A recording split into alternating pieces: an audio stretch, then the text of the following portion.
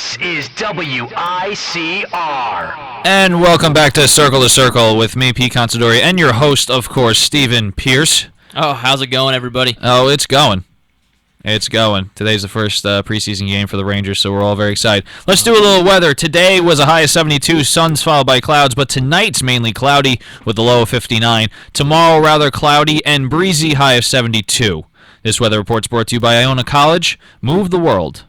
Oh, and you know when it's always sunny, Pete? In Philadelphia?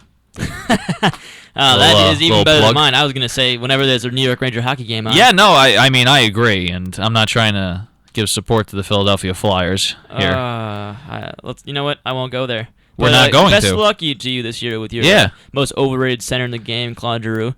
In any case, we want to talk about Patrick Kane. Yes, Patrick Kane. Apparently there wasn't enough evidence against him about the sexual assault that he's being investigated for. However, he's still being investigated for this act. Yeah, and you know what? What the problem is, they didn't find enough evidence in they were using a kit for this sexual assault, and they didn't find any of his DNA in certain parts of the girl. They did, however, find them on her fingernails and on her clothing, which the investigators say could have just been casual contact. So there's nothing. I mean, I don't know about fingernails, but I mean on clothes. This is what they're telling me. You give someone a hug, and who knows, a piece of skin. I don't know. You know what? I don't know what it is exactly that they're trying to say, but he's cleared to play right now. He's on the Blackhawks preseason roster. He's able to play. It's just a matter of if this affects him mentally or what comes out of this. The NHL so far seems to have handled it very well. Mm-hmm. NFL, take some notes, please. What I love about this is that it's very they publicize everything that needs to be public, right. And everything that every news, every kind of article that they come across, they let us know. There's a nice transparency. Obviously, everything's not going to be transparent, and that's not what I'm saying. But it's very transparent enough where the public knows what's going on, that we realize he can play. It's still under investigation, and they still have lots to do. Mm-hmm. But this could just be simply, a hoax that this girl's trying to get Patrick Kane in trouble, or it could be a real thing. Remains to be seen. Either way, I'm glad that the NHL has made this public, and they've let us know what's going on. Correct. They've given us this step-by-step basis, and with some good detail as well. Yeah, and we're talking about his performance. We will see Tuesday night against the Detroit Red Wings at 8:30 p.m. That's their first preseason game. If you live in Chicago, that'll be on WGN. I doubt anyone from Chicago is listening in, but if you are, thank you for the support.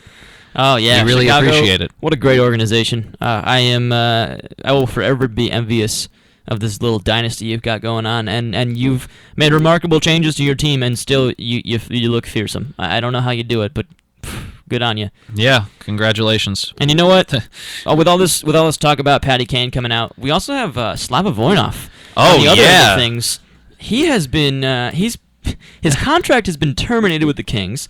He got fined initially for his domestic abuse case last year. Correct. He stopped playing around October 20th, and now he's going to be deported, which is being covered up by him saying, I'm going to go back. He's going to play for Russia. Yeah, exactly. Yeah. He's being deported, and he got fined heavily. His suspension has not been lifted. Nope. Had not been lifted. So you know that not only was he's pleading not guilty, by the way, which is a travesty when you think about he's being deported, one, and he's not being allowed to play in the NHL anymore. So obviously he's guilty, and he's not saying anything, and not that the NHL won't release it, but this is their way of handling it. You will never play another game in our system again unless you come forward and admit what you've done, and we will give you the proper penalty. And I love the fact that they're doing that. And you know what? And not to poke any fun or disrespect to other sports, but when it comes to discipline, I feel like hockey is very on point.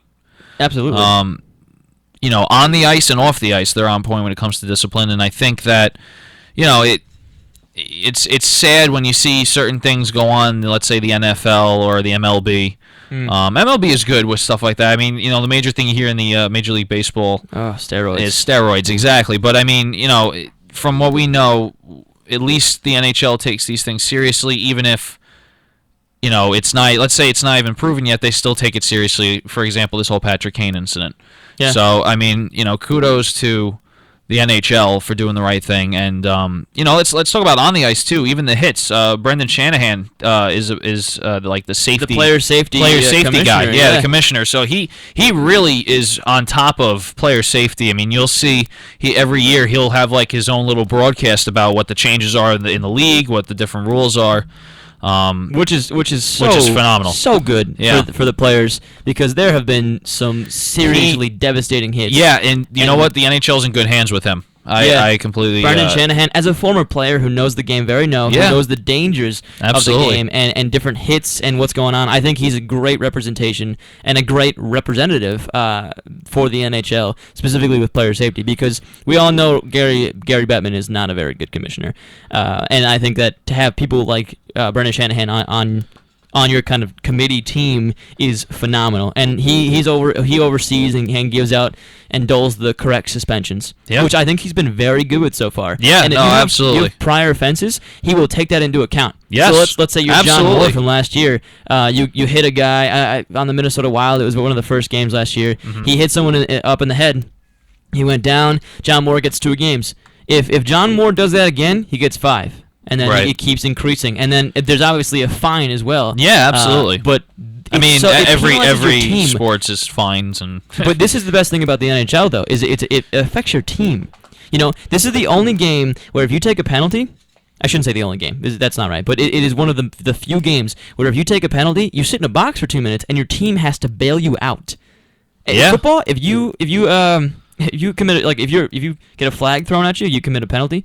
Your team is penalized, but you're still playing. Yeah, you know, this absolutely. is a wonderful thing I think hockey does, and I think that if football did that or something like or other sports, I'd be very interested to see how they would do it. But I think that it's a very undervalued thing in the NHL that even during the game. Undervalued is actually very. I love how we went like off tangent, but undervalued is a great term. I mean, if you think about it, if your best player, commits a penalty, he can't play, especially if it's like, let's say, a 5-minute major, or if he gets thrown out of the game, let's say. Yeah, I mean, yes, that happens in other sports too. But like every time he does something wrong, no, you can't play now for 2 minutes. Let your team be shorthanded and not have their best player on the ice. So it's definitely a great I think it's a great rule. I think it's a great thing for hockey. I mean, this is obviously how hockey's been. I'm not saying this is anything groundbreaking, but I agree. It's great. It's wonderful. Yeah, and speaking of rule changes and different league actions this year, they have changed some pretty remarkable things. Yeah, I to me the biggest one's the 3-on-3 overtime. That's exactly where I was headed there. Yeah, I'm glad we're on the same page. That's gonna be so interesting, so fun to watch. Oh yeah, it's so gonna much be great. room on the ice. So much room on the ice. Let's be honest. It's a whole thing about time.